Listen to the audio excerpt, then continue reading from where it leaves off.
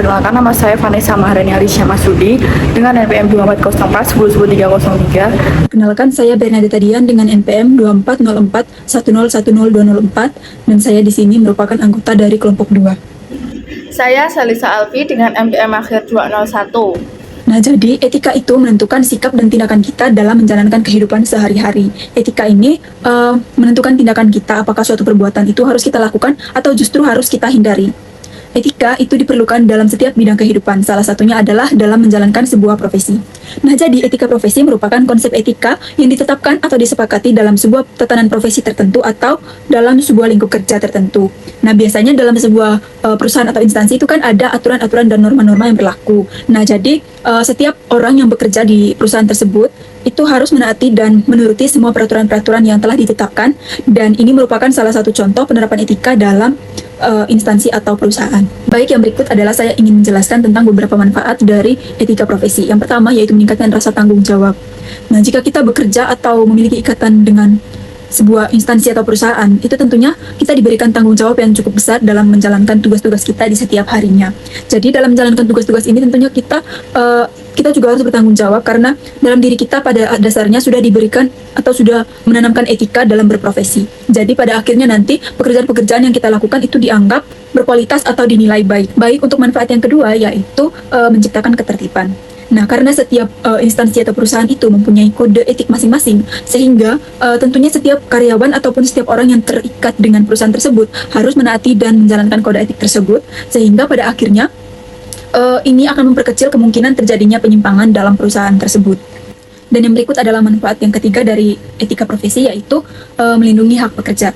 Jadi, jika kita bekerja pada sebuah perusahaan atau instansi, tentunya kita mempunyai hak dan kewajiban. Jadi kode etik yang dikeluarkan oleh instansi tersebut tidak hanya untuk mengatur kewajiban-kewajiban yang harus kita lakukan atau kita berikan kepada perusahaan, tapi kode etik ini juga membantu kita dalam menjamin hak kita sebagai pekerja, karena ini berkaitan dengan kesejahteraan.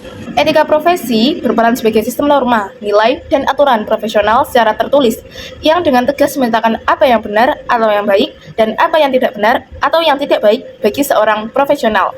Dengan kata lain, etika profesi dibuat agar seorang profesional dapat bertindak sesuai dengan aturan dan menghindari tindakan yang tidak sesuai dengan etika profesi.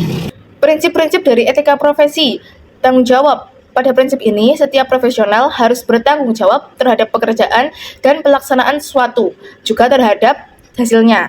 Selain itu, profesional juga memiliki tanggung jawab terhadap dampak yang mungkin terjadi dari profesinya bagi kehidupan orang lain atau bagi masyarakat umum. Lalu ada keadilan. Pada prinsip ini, setiap profesional dituntut untuk mengedepankan keadilan dalam menjalankan pekerjaannya. Dalam hal ini, keadilan harus diberikan kepada siapa saja yang berhak secara proporsional. Selanjutnya ada otonomi. Pada prinsip ini, setiap profesional memiliki wewenang dan kebebasan dalam menjalankan pekerjaan sesuai dengan profesinya. Prinsip ini menuntut agar setiap kaum profesional memiliki dan diberi kebebasan dalam menjalankan profesinya. Lalu ada integritas moral. Pada prinsip ini, seorang profesional harus memiliki komitmen pribadi untuk menjaga kepentingan profesinya, dirinya, dan masyarakat. Assalamualaikum warahmatullahi wabarakatuh. Jadi di sini saya dari kelompok 2 akan mewawancarai tentang etika mahasiswa, yaitu Silakan Kak, perkenalkan diri. Nama saya Febrian Muhammad, saya mahasiswa Magister Ilmu Forensik UNER.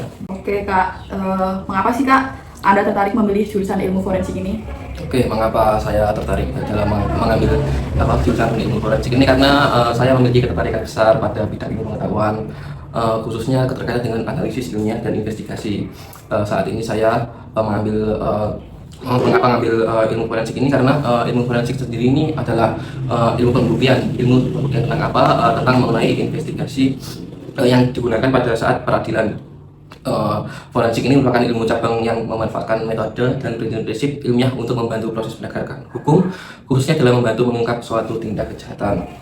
Dalam bidang ini, para ahli forensik melakukan analisis terhadap berbagai jenis barang bukti yang ditemukan di TKP atau tempat kejadian perkara, seperti sidik jari, DNA, serat pakaian, jejak kaki, atau bahkan barang-barang kimia terbaru. Selain itu, ilmu forensik juga mencakup berbagai cabang seperti toksikologi forensik, biologi forensik, kimia forensik, digital forensik dan psikologi forensik. Jadi cabang-cabang ilmu forensik itu bertujuan untuk menemukan fakta ilmiah yang dapat digunakan sebagai barang bukti dalam proses penyelidikan maupun persidangan di dalam pengadilan. Oleh karena itu, ilmu forensik itu memiliki peran yang sangat penting dalam membantu aparat penegak hukum dalam mengungkap suatu kebenaran secara objektif dan ilmiah, seperti itu. Oh ya Kak, kalau boleh tahu, bisa tolong sebutin apa saja nilai-nilai etika yang dimiliki oleh seorang forensik? Nilai-nilai, oke, jadi ada beberapa nilai-nilai, tapi saya sebutkan beberapa aja ya. Yeah. Terus apa namanya? Yang pertama itu integritas, yang berarti memiliki kejujuran dan berkonsistensi dalam bekerja.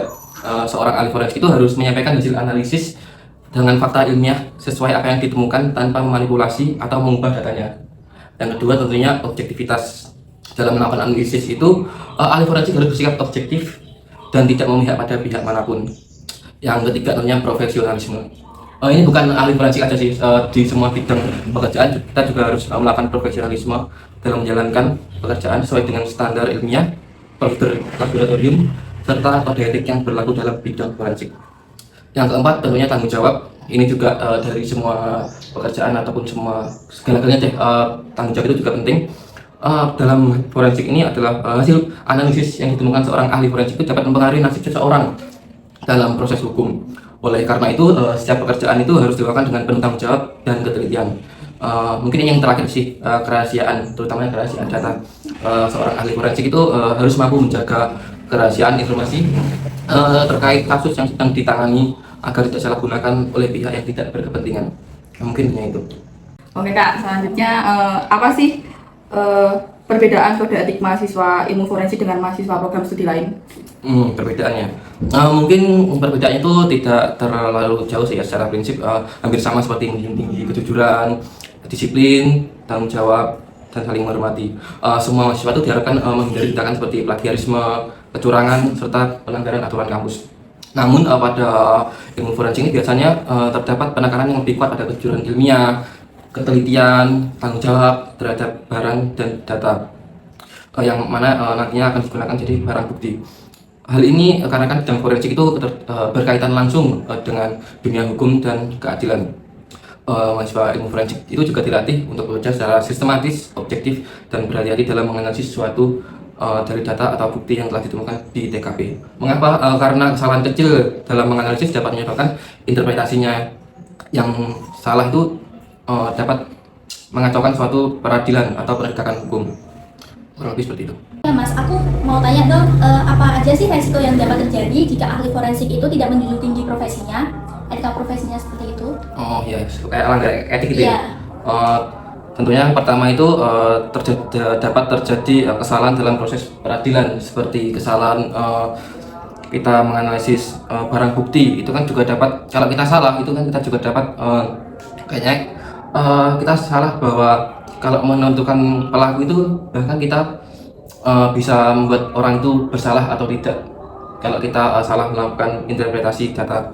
Yang kedua tentunya dapat menghilangkan kepercayaan terhadap sistem hukum. Yang ketiga rusaknya reputasi profesional. Yang keempat itu juga dapat dikenai sanksi hukum dan juga disiplin karena kita juga lalai. Dan terakhir itu dapat menghambat proses pengungkapan kebenaran. Itu dampaknya. Oh ya Kak, kalau boleh tahu nih ya, apakah ada sih tekanan dari pihak luar, misalnya dari aparat, media, atau pihak tertentu? Dan apakah dapat mempengaruhi objektivitas seorang ahli forensik dan bagaimana seharusnya hal tersebut disikapi? Oke, tentunya tekanan dari luar seperti yang telah disebutkan itu tentunya masih ada ya. Tapi kita itu sebagai ahli itu juga harus tetap menjaga objektivitas dengan cara berpegang teguh pada kode etik profesi, ini yang paling penting. Terus menggunakan metode ilmiah, data yang valid. Terus ketiga itu menjaga menjaga profesionalitas.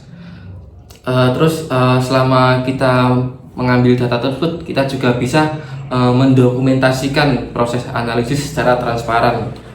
Yang terakhir itu memiliki integritas dan keberanian profesionalitas. agar tekanan-tekanan dari luar itu bisa kita bantah dengan cara ilmiah, dengan cara hasil dokumentasi dan cara yang lain seperti itu. Oke, baik Kak, terima kasih atas waktu dan kesempatannya. Semoga wawancara ini memberikan gambaran lebih jelas mengenai pandangan dan pemahaman bagi mahasiswa lainnya juga. Terima kasih. Dan semoga sukses Kak. Iya, Terima kasih. I just had to let you know you're. She had me been bullshit.